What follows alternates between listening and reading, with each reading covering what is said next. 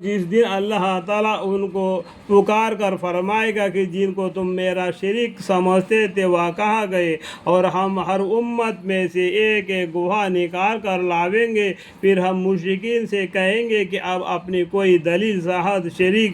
کے دعوے پیش کرو، یعنی جس کتاب میں لکھا ہوگا کہ اللہ کے علاوہ دوسرے ایسی چیز کو عبادت کرو، کون سا کتاب میں لکھا ہوا ہے وہ لے کر بتلاؤ، تمہارے پاس کوئی دلیل ہو تو شریک کے دعوے پر پیش کرو۔ تو اس وقت ان کو معلوم ہو جائے کہ سچ بات خدائی کی تھی، اور دنیا میں جو کچھ باتیں گڑھا کرتے تھے آج کسی کا پتہ نہ رہے گا۔ قارون موسیٰ علیہ السلام کے بردائی میں سے تھا، موسیٰ علیہ السلام کے خاندان میں تھا۔ قارون کا قصہ بہت ہی بہترین طریقے سے یعنی قصص الانبیاء میں لکھا ہے، آپ کو پڑھنے سے پورا ہسٹری معلوم پڑ جائے گا، ٹھیک ہے۔ تو یہاں پر تو تھوڑا سے قرآن میں اشارہ کیا ہوگا، ٹھیک ہے۔ قارون نے موسیٰ علیہ السلام کا برداری میں سے تھا، سو اکثر کثرت مال کی وجہ سے ان لوگوں کے مقابل میں تکبر کرنے لگا، اور اس کے مال کی کثرت یہ تھی کہ ہم نے اس کو اس قدر خزانے دیے تھے کہ ان کے کنجا کئی زور آور شخص کو گران بار کر دیتی تھی، جبکہ اس کو اس کی برداری نے سمجھانے کے طور پر کہا کہ تو اس مال کی وحشت پر اترا مت، وہاں کا اللہ تعالیٰ اترانے والوں کو پسند نہیں کرتے، جبکہ اس کے برداری نے یعنی ان کے خاندان والوں نے سمجھانے کے طور پر کہا کہ تو اس مال وحشمت پر اتراؤ مت، وہاں کا اللہ تعالیٰ اترانے والوں کو پسند نہیں کرتا۔ اللہ تعالیٰ نے جو کچھ دے رکھا ہے وہ تھوڑا سا ہے، اللہ کے پاس میں اور بھی بہت سی غنیمت کے مال ہے، یہ تھوڑا سا مال کے اوپر تم اتراؤ گے تو اللہ کے پاس بہت سی غنیمت کے مال ہے، تو اللہ کیا کریں گے؟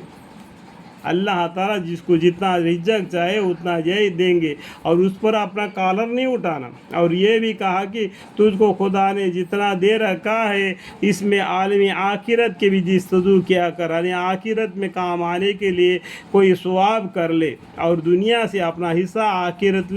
آخرت میں لے جانا، فرموش مت کر، یعنی جو مال دیا ہے نا اللہ تعالیٰ اللہ کے راستے میں خرچہ کر کے قیامت کے دن اس کا ثواب لے کے جانا۔ اور جس طرح خدا تعالیٰ نے تیرے ساتھ احسان کیا ہے تو بھی بندوں کے ساتھ احسان کیا کر، دنیا میں فساد کا خواہ مت ہو، دنیا میں فساد مت پھیلاؤ، تم کو دیکھ کے دوسرا بھی بگڑ جائے گا، اس طریقے سے دنیا میں فساد مت پھیلاؤ، جو کچھ تم کو اللہ نے دے دیا ہے کل قیامت کے لیے کام آنے کے لیے کچھ بولو،